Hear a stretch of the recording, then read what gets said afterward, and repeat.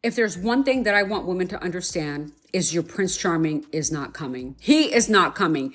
And if he does, he may not stay. And I'm going to tell you the story of how that happened to me so you guys don't make the same mistake. And this is actually the reason I wrote my book, Never Date a Broke Dude, The Financial Freedom Playbook. It's not just about not dating bums, but it is about teaching you how to build the life that you want, being financially free and independent so you're not constantly relying on somebody else to do it for you. So I met this guy in my early 30s. I mean, he was probably a 5 or a 6 out of 10 in looks, but he was really smart. He had a great career. He was funny. He was charming. So I'm like, you know what? I could deal with this. And to be honest, he had so much money that we were doing these amazing things. And when you do these amazing things with someone that has all this money, you basically have these rose-colored goggles on and you're not seeing shit for the way that things really are. And in my mind, I was like, I have hit the jackpot. At that point, I had $160,000 worth of student loan debt, $30,000 of credit card debt from the last dude that I dated who was broke.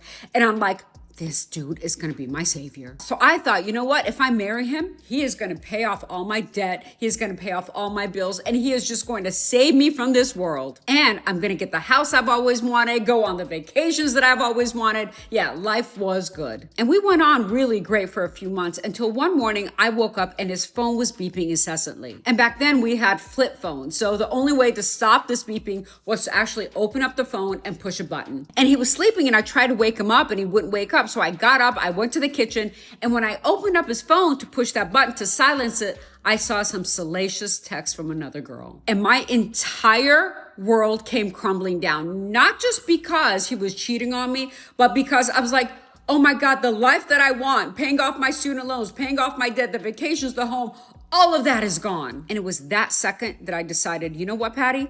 If you want all those things, you better learn to give it to your own damn self. And that's when I started becoming financially responsible. I went on a very strict diet. I learned how to invest. I learned how to manage my money. And within 5 years, I had paid off not only my credit card debt, but also my student loans. And after that, I was able to buy the house that I want, go on the vacations that I've always wanted, go to the restaurants I've always wanted. And I was able to provide that for myself. And the moral of the story is stop waiting for someone to come and rescue you mentally, emotionally.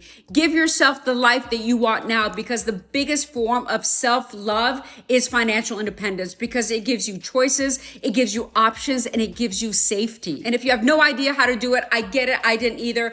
I give you step-by-step instructions in my book to not just empower yourself in your finances, but also in your work and your self-worth, because that's where it all starts. Because I don't want any of us to be gold diggers, but I want all of us to be goal, Goal diggers. Get the book to start your financial freedom journey.